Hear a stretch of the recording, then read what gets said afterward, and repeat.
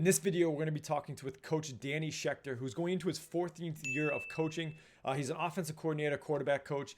His stops include Gonzaga College High School, Illinois State University, Arkansas Tech University as well. And Coach is going to take you through 11 different quarterback myths that is mostly tied to old school philosophy that he's going to tie in with new school biomechanics and new school philosophies that you can take and implement into your program. All the myths that we talk about in this video, he's going to give you visual examples. That way he's not just talking from the hip and just saying you should do this and should do this. He's going to show you visual examples. That way you can take what he's teaching you and plug it right into your system as soon as you're done watching this video. But first, before we actually get started, we got to teach you a little bit about the kinematic sequence. And I know it sounds like a big word, but it helps tie everything together that Coach is going to be talking about. So Coach is going to talk to you real quick just about the kinematic sequence before we actually get to myth one. So let's check it out. We're going to talk about the kinematic sequence, and that's just the order and speed in which each body parts accelerates and decelerates. And in the bottom right corner, you can see the sequence. Okay, this is what the body needs to do in this order every single time in order to make a optimal throwing position and throw. So we're always going to start ground force reaction. It's going to start with the legs, okay, then the hips, and then the shoulders, and then the arm. It's always going to be in that order. If you don't go in this order, you're not being optimal. This is the things that I'm about to talk about. I have learned from these great minds who I've listed. So you have Tom House, who's really like the godfather of throwing mechanics. He works with the best of the best, and there's a reason he does. It's because they trust that he's going to make them the most optimal they can be. All right, so the first thing that we're going to talk about is holding the ball higher will help you get the ball out faster. It has a good thought. The ball being higher, you'd think that would make it get it out quicker, but all you're doing is messing up the kinematics. So when something is up, it must come down. So all you're going to do is you're going to have a ball high, and now you're going to bring it down low because your body is naturally going to get you to adjust to what it really wants to do as opposed to what you think it necessarily should be doing. All right, going straight to L eliminates wasted movement. This is something that a lot of coaches teach. This is kind of what prompted a little bit this discussion today. All right, so this to me, and this is from Will Hewlett. He posted this a couple of years ago on Twitter, the video on the right. And this to me is a great representation of going the straightest way is not necessarily the fastest route. So what we can see is the top ball going down that straight line. That's kind of like going straight to vertical L. There's no momentum around the bend to accelerate. So it ends up getting there the slowest. The one that finishes second place, this would be like, okay, we have a big loop that is occurring. And sometimes that loop maybe needs to be adjusted. There is a time in which you do want the loop to increase, and your body's going to dictate that. It's going to marry up to what's going on with your legs. So the longer the stride, the more the ball is going to dip because your body is adjusting for a change in time. The middle one would be, the perfect pullback, the perfect, J path, whatever you want to call it, where it's a slight dip, it creates a curve and a bend, and that gets acceleration going to your destination, which is to get the ball out. Gotcha. So, Coach, just expanding more on the L concept now, because I know a lot of coaches will teach, you go to first L to second L, right? And we're saying that we don't want this robotic motion, so to say, mainly because, too, if you're doing this, a lot of guys that I've coached in the past, but Coach, I have elbow pain. It's like, yeah, because you're doing this 100 times with a football, of course you're going to get some elbow pain in there, right? So what you're saying is that motion needs to come, I believe the word used was sweeping, where you're coming up and through this way, not necessarily here to here. Is that correct? Yep. Okay. Absolutely. Coaches will call it, we want to go from horizontal L to vertical L. But if you just go straight to vertical L because you think that this is a wasted motion, you're going to create, just like what you're talking about, elbow and shoulder pains. Yep. Why? You're going out of sequence. Okay. This here is part of the sequence that's timing up from your legs through your hips to the chest turning to now this can come forward. But if you skip a step, you're stressing your body, and that leads to injuries. Oh, my shoulder hurts, my elbow hurts. Right. Exactly. All right. Pushing the ball back to create more counter rotation and torque. This is another issue that some coaches have, and I will admit I am one of those coaches. And I recently have come to the realization that I've been overcoaching this idea. In order to create torque, I think of like a rubber band. And once again, this idea, I got this from Will Hewlett.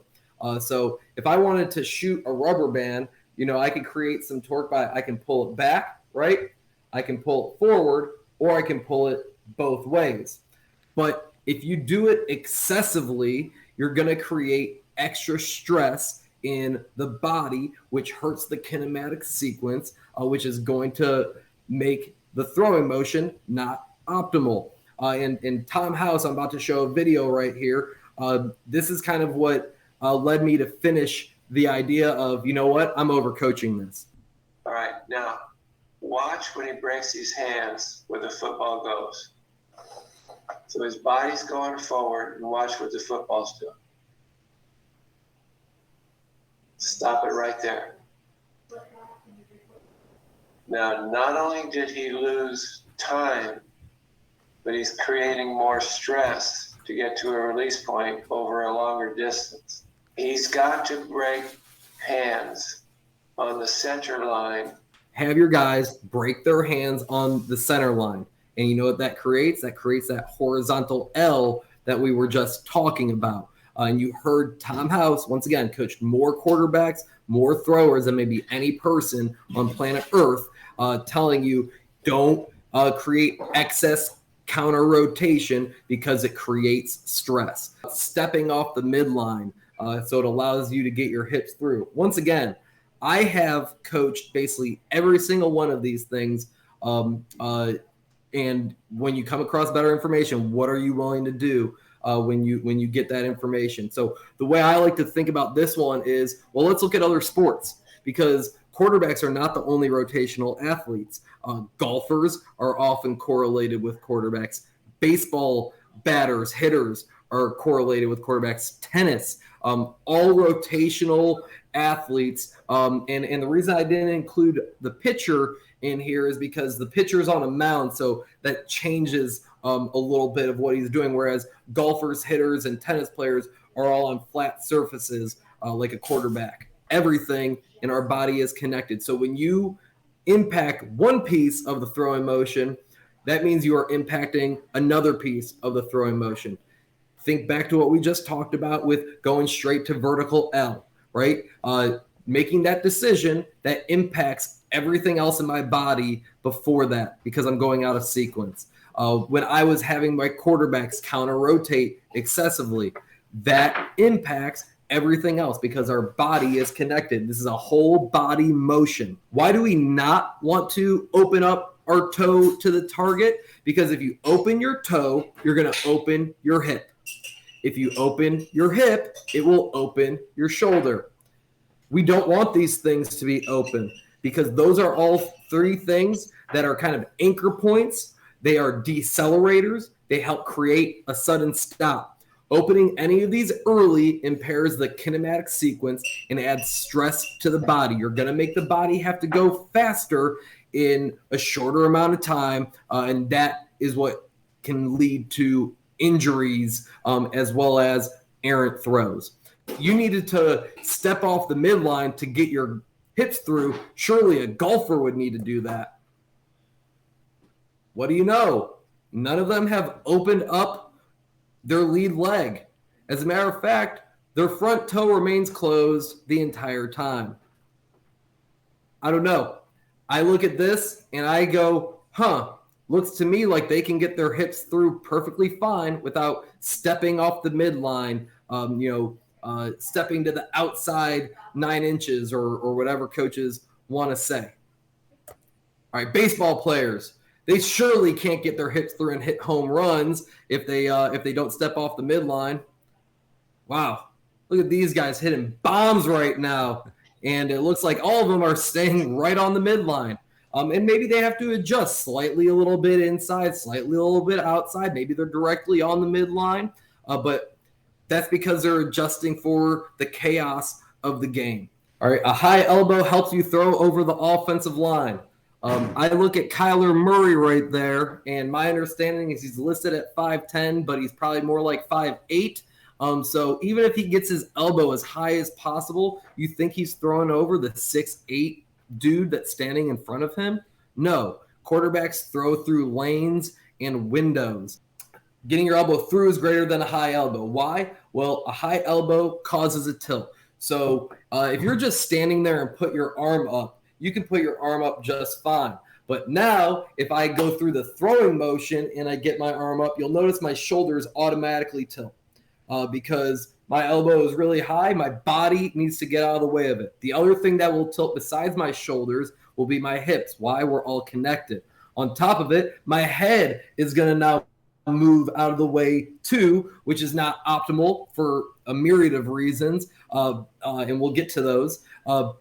So by getting my elbow high, I am impacting all these other things in my throwing motion. Right here, once again, Locked In QB, my man posted this like today. I was like, man, this couldn't have been any better. This is DJ from Clemson. I'm not going to try and say his last name because I'll embarrassingly get it wrong. But my man Steve Lowe out at Bosco in California, said so many great things about DJ. And it's like, there are still things that he needs to work on. And this is a guy who was a 5-star, and he was probably taught at a young age to get his elbow high. So let's take a look at DJ from last year versus a video shot recently. Right, so that's from recent, right, a week ago. This is last year. Look how high that elbow is. High elbow, right? Look at his shoulders. Everything's right back. tilt. Yep. Right, you can see a clear angle, that tilt. Now DJ is strong, and I know he's probably been coached. Keep your head still so you don't see much of his head getting out of the way. But that's a 5-star kid doing it. So now imagine you have the 12 to 16-year-old who's not DJ. What's their head going to do? It's like a dog putting their head out the window is what's going to happen. And when you jerk your head like that, you're hurting your vision as far as being able to see the target, lock on a target, keeps gaze stabilization. And then you're also jerking your body, which is going to lessen your ability to make the throw that you want to. Can you still do it? Yes. The ability to do it decreases much, much more, where you have to hit everything just perfectly right. Whereas if you're optimal, you have a lot more room for error. And now let's take a look at DJ with his elbow coming through. Boom. Look at that. Level hips, level shoulders, head is still like an owl. Okay, that's coming through versus the high elbow creating that tilt. Now, Coach, do you have a specific, if I'm a new coach watching this, do you have a specific landmark like you want to get to where you say, like, we don't want it too high, obviously we don't want it too low, we're throwing sidearm. Like, what's that? I know you say 3/4, but is there any way if a new coach watching this could say, like, oh, okay, like I could teach my guy to visualize this type of throw when I'm throwing it? Yep, look right at all those pictures right there and see where those elbows are. And basically, we want to get we're going to separate our hands. We're going to get to horizontal L, vertical L, and then my elbow is coming through. So basically, at least as long as that elbow is coming through at or slightly just above the shoulder line, you're good to go. Perfect. All right, so next up, and this is something that I used to teach as well. Breaking the glass with the off arm creates more power. So when I was coming up, coaching quarterbacks, we were talking about the off arm right here, and we wanted to break the glass. So as I was going to throw here, I wanted to create more power by pulling and breaking the glass back here. Boom. So I'm creating more energy rotationally. At least the thought process is this. I'm going to create more energy rotationally by throwing forward while pulling back. Why don't you want to pull the off arm and break the glass? You're going to create tilt. You're going to create stress. And then where's your energy going? Your energy is still going in the circle. Okay. We don't want that. We want to eat the burger or speak in the microphone, and we want to create a sudden stop. We want all of our energy to be going forward. So when I break the glass and throw, my energy is still going around. When I eat the burger and throw, boom, all my energy is going where I want to at the target. The analogy I like to use for this deals with cars crashing. So imagine two cars crashing in a head-on collision. All right, that's a lot of energy. That's a lot of power. Now imagine a fender bender. Boop, right? One car's not going towards the other, and there's going to be an impact there, but which has more energy? And I think we all can agree upon the head-on collision is going to have more energy than the fender bender or somebody coming from behind and just knocking you while you're going forward. Too many people end up getting to this point and then just wanting to turn the body and try to throw the baseball and allow this to happen. And that's and you can see what happens then. The head turns, they pull off, all the bad stuff happens. So that's not what we want. We don't want that at all. What we want to do is we want to abduct and adduct. All right, pinning the off arm against the body prevents the QBs from opening early. This was one where the quarterback coach had the quarterbacks place a towel under the armpit, because what they're trying to do is they're trying to do what we just talked about with speaking into the microphone or eating the burger. Look at all the quarterbacks in the picture. Look at their off arm. It's kind of somewhere near their face. But you should also notice that none of those left arms are pinched tight against their body. So when you put a towel under the armpit, it kind of looks like what they're doing, but it's not the same thing. We don't want that. We want to create a sudden stop. So pinning the off arm against the body does not stop the body from rotating. And once again, coaches, you can do this yourself. So first, let me show you the front arm, okay? And this is me throwing, boom, stopping, right? You can see my body cannot turn past my left arm unless I allow it to really go. My left arm is, boom, stopping me. It's kind of like this is a hinge, right? My chest is a door, and this would be the door frame right here. Boom, right? So when you go to close a door, boom, it's going to shut, and it's going to stop.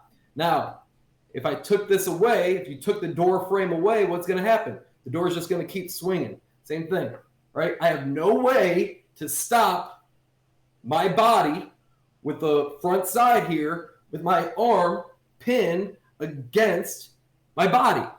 So once again, this is Tom House working with Tom Brady, the two GOATs right here. And then the last video, you're going to see Cam Newton throwing, and he's more of the non-example of what you don't want to do. How wide does this elbow go? No wider than that hip. This is what I see. I can't feel what you're feeling. Yeah.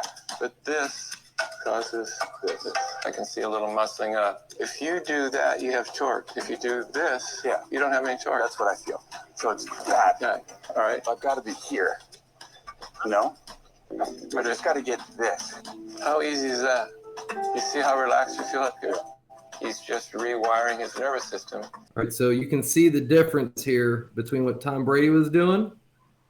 And you can see Cam Newton. Look where that elbow is. Low and outside, right? And he's just rotating around. No sudden stop. And we know that Cam Newton has some throwing issues. All right, pulling down and finishing in the hip pocket. Those things help power. So we're going to get to another Tom Brady video here, but this goes hand in hand with the high elbow craze, right? Get your elbow up, get your elbow up. Because if your elbow is really high, your arm has only one choice of what to do, and that's to go down. And so what will coaches say? Well, if you want to throw harder, you need to pull down harder. Well, what are you doing when you're pulling down? Number one, you're going to put more stress on your shoulder and your elbow. So if you really want to kill a guy's elbow, tell him to get a really high elbow and pull down as hard as he can. On top of it, the harder you pull down, the more your brain is asking what the F you are doing. Because where do you want the ball to go? If you want the ball to go down, then yes, pull down. Great job. But if you want the ball to go up and out, well, then that's where your arm needs to be going. And then as far as like your hand finishing in the hip pocket, I don't know if you guys know this or not, but when the ball leaves your hand, you have no more control over the flight of the ball. So finishing in your hip pocket doesn't do anything. To me, you want to just finish naturally. So whatever throw you make, how your body ends up, that's how my arm is going to end up finishing. And can it slowly maybe come on down? Sure. And if you want to slowly kind of bring it to your hip pocket, go for it. But finishing in the hip pocket doesn't do anything for you because the ball's already gone. Pulling down to the hip pocket is just going to make your brain say, why are you doing this? Because the harder you try to pull down, the more your brain is going to stop you from doing it because it's trying to get the ball to go up and out. All right, so you can see different kinds of levels of throws, right? A little bit maybe more sidearm, a little bit deeper, a little bit more of like a curl route right there, right? But what you'll notice is none of these, he's not finishing in his hip pocket. That last one was maybe the closest one of finishing towards the hip pocket, right? But you could just see how he's just letting his arm finish naturally where it wants to. Okay, the back foot should rotate through to finish balanced. This is something that I used to teach too. We wanted, hey, if these were my feet, this is my left foot, it's pointing at the target, my back foot would come around and, you'd want that toe to be pointing at your instep. When I think about rotating with a lot of power, I think of boxers. And this is another analogy that coaches like to use with rotation is looking at boxers. So now when my hips want to go to rotate, the more stable my base is, the easier it is for it to do its job, the hips, and turn and accelerate. If I allow my back leg to kind of finish through, I'm not giving the hips as much stability. And once again, think about if your leg is swinging around, where is the energy going from your body? You're going to leak energy because you're going around when we're trying to rotate to go forward. Back leg stays back. Jab, feet in the ground. And now here comes the big one. Boom. Back leg, not swinging around. Okay, so, hey guys, go fight somebody. And the whole entire time, throw haymakers with your throwing arm and have that back leg come around. And show me your knockout videos. Show me you Kimbo slicing somebody by bringing your back leg around with your right-handed or left-handed haymaker. You're not going to do it. So once again, I think looking at other sports is hugely beneficial when it comes to coaching your sport. All right, next one, stepping towards your target creates more power. This is definitely prevalent in younger quarterbacks because they're just trying to find any way they can to create power. But if this is something that doesn't get corrected, it's something that they're going to continue doing throughout. You do not need to step towards your target to create more power. You need to be efficient and be a great rotator to create more power. You need to get in the weight room and lift heavy things fast to create more power. Lunging at your target, that's just going to change the kinematic sequence. It's going to lower your body and change things as well. You're going to be a linear thrower as opposed to a rotational thrower, and we don't want those things. Overstriding is going to lead to balls missing high and low. Also, you don't have the opportunity to have a big stride when you're playing in a game. You have dudes who are trying to rip your face off and steal your soul. So you better learn how to throw in a phone booth. This is, once again, Locked In QB. He's done a lot of work on this stuff. And this is Tom Brady in the days of yore versus Tom Brady more recently. All right, so you can see a big, long stride right there, chest going forward. And Tom Brady was having a lot of issues missing high and low. Whereas now you're going to see a bunch of Tampa Bay Buccaneer touchdown throws, nice and rotational. You can see his back foot staying back in basically all of these as well. All right, so let's just go to the beginning, to the first one. Just look how long that stride is. I mean, that's a 2-yard stride, right? He can't do that all the time. If the pocket ain't clean, he's about to get lit up. Whereas right here, nice deep pass, boom, right? Nice and rotational, vertical, and we can see all the things I've been talking about. Foot, ground force reaction, and next up is the hip, trunk, shoulders, arm, ball. All right, last but not least, cone drills build agility.